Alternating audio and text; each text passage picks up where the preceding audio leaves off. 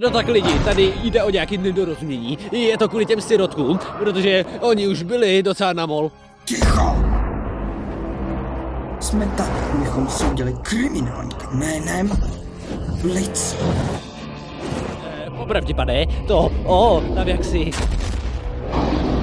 Totálně patří, jste naprosto chytrý, pane. Ty a tvoje parta budete souzeni za krádež mocného artefaktu a jeho následného použití ve smrtelné říši. Jak se budete hájit? Počkat, bavíme se tu o té knize? Ha! Já ji ale neukrát. No jako snažil jsem se, jo, ale odkud je pokus o krádež nelegální, že? Vždycky. Pointa je, byla vysvěcena, jasný, bylo mi dovoleno ji používat. Lži! Vaše jasnost, mluvím tu ve jménu své agresivně atraktivní sestry. Musím svědčit, že tento brutální imp nutil jeho manžela, Sovase, který není ani zdaleka tak zodpovědný, ani chytrý gotický démon, jako jsem já, byl příliš slabý a zahanbený, aby tomu vyšel vstříc. Chudinka. Co? Hele, já nenutil ani hovno! Tento ošklivý, odporný imp zahanbil svůj druh spácháním takhle zatvrzelého zločinu, aby získal převahu. To není to, co se stalo. Ticho! Satane, pane, co jsme si říkali o dělání energie v našem myšlenkovém chrámu? Vzpomeň si hluboký nádech. Jo, jasně. Pokračuj. Taky bych rád dodal vaši jasnosti k jeho nevyslovitelným činům vůči našemu milovanému Sovasovi. Počkat.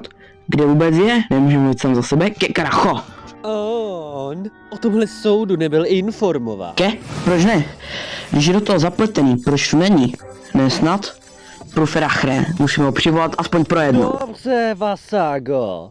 Zavři si, kurva hu. No je perapente arrogante. Stella a já jsme ho nechtěli vystavovat traumatu, když bude čelit svému agresorovi, který, jak bych taky měl dodat, dramatická pauza, ho už měl v plánu zavraždit. Puta madre.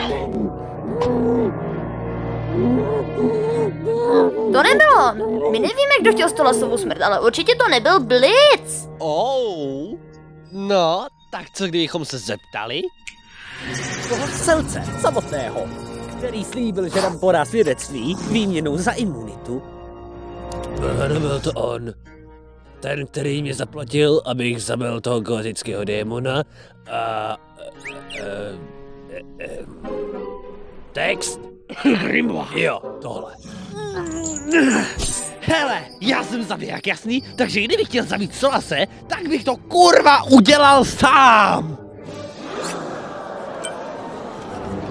My do prdele umřeme. Zadržte, takhle jsem to nemyslel. Sice jsem řekl, že bych ho zabil sám, ale nikdy bych mu nic neudělal. Jaké zklamání. Tohle sračka lidi, už jsem se s ním setkala. Sice je trochu debil, ale je si prdel, a tak si myslím, že bychom ho měli vyslechnout. Ne, přece o nic nejde. Jo, myslím si, že má dobré vysvětlení pro tohle všechno. No a držte umluvit vám. Všichni víme, že se necháte nakládat u nižší třídy. Na rozdíl od někoho. Nemám pravdu, Levi? Ty si kurva začínáme. Ale buď v čilu, se nasrají, že s tebou nikdo nechce píchat. Vyliš si prdel, debil. A proč si radši nezamtočí zpátky do hnízda, píčo? Jsi naštvaný, že jsem lepší než ty. Já ti dám ty... Kdo chce poslouchat hodiny soudu? Pojďme se zabít tohle impa a dostat se domů na oběd. Ale do prdele. Ha! Vyžerte si to i zatracený. Měl jsi zůstat na svém místě, impe. Jak vidíš, tohle se stane, když menší démon zkouší překročit čáru. Za zrádný zločin krádež Guišova Grimoráru. Pro nezákonné použití, ublížení koleckému princi a nepovolený vstup do smrtelné říše. Vy, Blico a vaše posádka jste ní odsouzeni k smrti. Hej Levi, co kdybychom si po oslavě smrti těch impů někam vyšli, co? Do městečka, počítáte? Kvůli tvým odvážným akcím proti zákonu pekla bude tvoje poprava vysílána přes 7 kruhů pekla. Abychom všem připomněli, proč naše síla už nikdy nesmí být zpochybněna.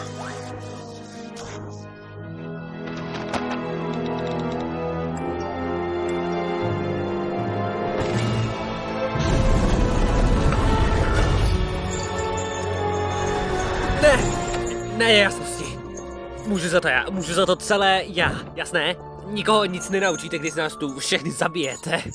Ty se obaložeš mi říkat, jak mám trestat. No, satane, víš, co je dnešní ametist a ty se chováte trochu rubě. Zkus meditaci, si svoje čakry. Hele, když nás zabijete, tak celý peklo uvidí, že zabijíte impy, kteří dělají svou práci. Já jsem tady vinen, ne oni. Blici, co děláš?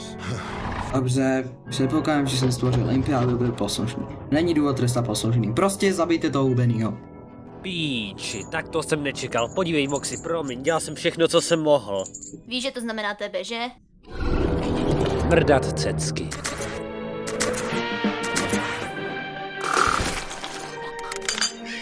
U Lucifera, co to dělají? Máš nějaká poslední slova? No ne, předstírat, že nás to zajímá. Jen jsem se snažil dostat z tohohle debilního místa, na kterým nás nutíte být! Vaše výsosti, prosím, Blici jenom... Moxy, přestaň. Blici, nemůžu tě Ta opustit. velká červená svině nás nikdy nevyslechne. Jen...